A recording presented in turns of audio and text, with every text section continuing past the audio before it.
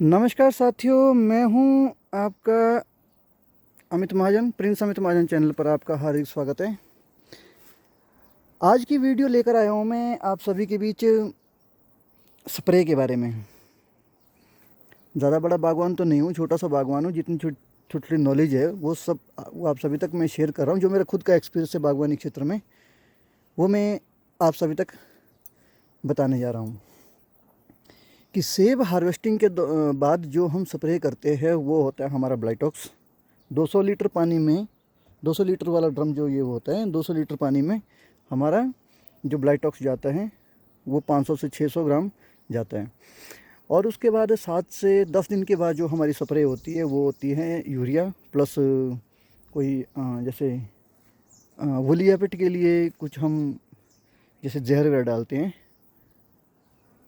तो यूरिया जो हमारा परसेंटेज रहता है वो रहता है 200 लीटर पानी में 2 किलो। और यूरिया जितना जो बढ़िया रहता है वो मेरे हिसाब से, जो मेरा खुद का एक्सपीरियंस है, वो मैंने कटे वाला किया है। जो खुले कटे वाला यूरिया है वो काफ़ी बढ़िया रहता है अभी। और क्लोरोफायरस जो एक जहर एक होता है वो सबसे बेस्ट होता है अभी। पियास ईसीजी का जो सबसे बेस्ट वाला होता है उसको आप डाल सकते हैं। उसकी जो मात्रा रहती है वो रहती है 200 लीटर पानी में कम से कम 200 ml। मेरे अपने हिसाब से, कोई तो 400 ml भी बोलते हैं, पर फालतू दवाई क्यों वेस्टेज करना है। 200 ml बहुत बेस्ट रहता है। तो ये दवाइयाँ हैं अभी की जो सेब हार्वेस्टिंग के बाद जो स्प्रे होती है। और बाकी उसके बाद तो फिर कास्टिक सोडा हर साल, तीसरी साल, मतलब दवाइयाँ हर साल चेंज करनी चाहिए। एक जैसी दवाइयाँ नहीं डालनी चाहिए। एक साल में कास्टिक सोडा हो गया, दूसरी साल में आपका ये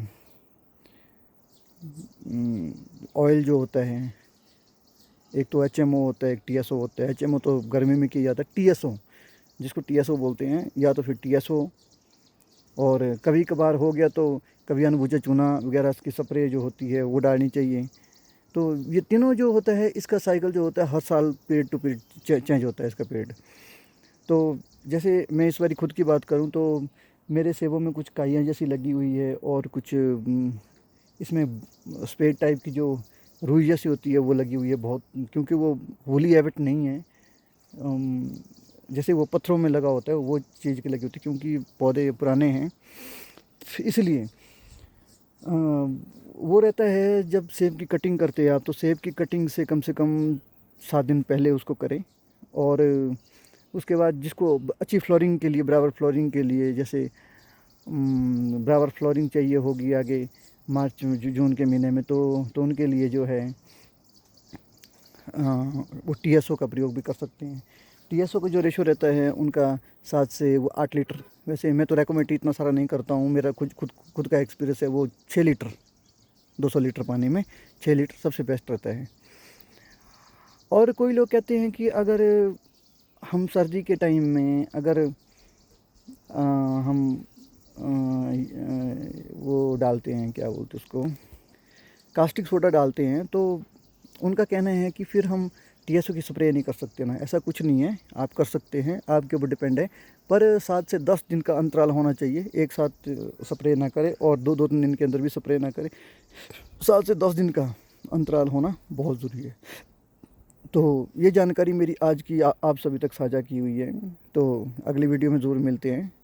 मैं हिमाचल प्रदेश शिमला ज़िले का रहने वाला हूँ।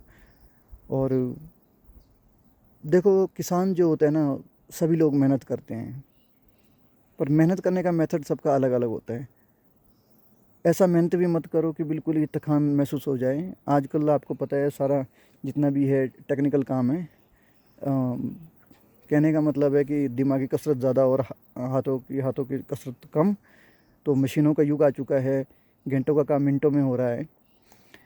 तो मेहनत कीजिए, ऐसा नहीं है, बहुत मेहनत करिए सेबों में। जितना आप मेहनत करेंगे, खासकर इसकी गर्मी के मौसम में ऊपर तने की ओर, शाखा की ओर, और सर्दी के मौसम में जो है सेबों की जड़ों की ओर पूरा ध्यान रखना चाहिए।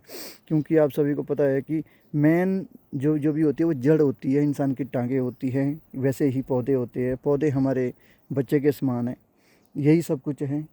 क्योंकि आप सभी जानते हैं कई एक क्षेत्रों में, बड़े बड़े क्षेत्रों में, बड़े बड़े गाँव में लोगों ने सरकारी नौकरियां छोड़ी है इन पौधों के खातिर, इन सेबों के खातिर। क्योंकि सेब जो हमारा हिमाचल का है सबसे अहम और प्रमुख फसल है, तो इसी पर ही पूरा परिवार, पूरा जितना भी है खर्चा वर्चा जो भी है सालाना, इसी पर ही चलता है।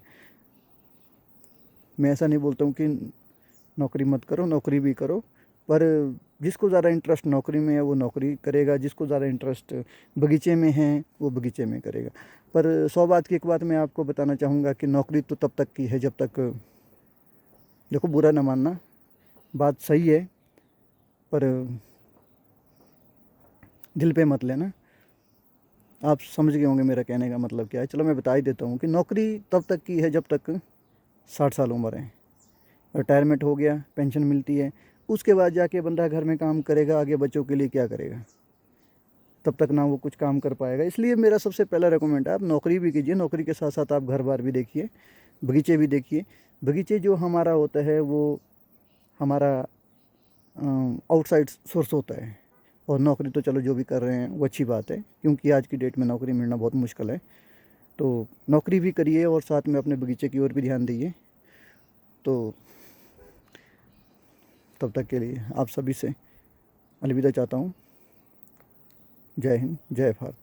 वीडियो अच्छी लगे शेयर, लाइक और कमेंट ज़रूर कीजिए। आपका अपना प्रिंस अमित महाजन।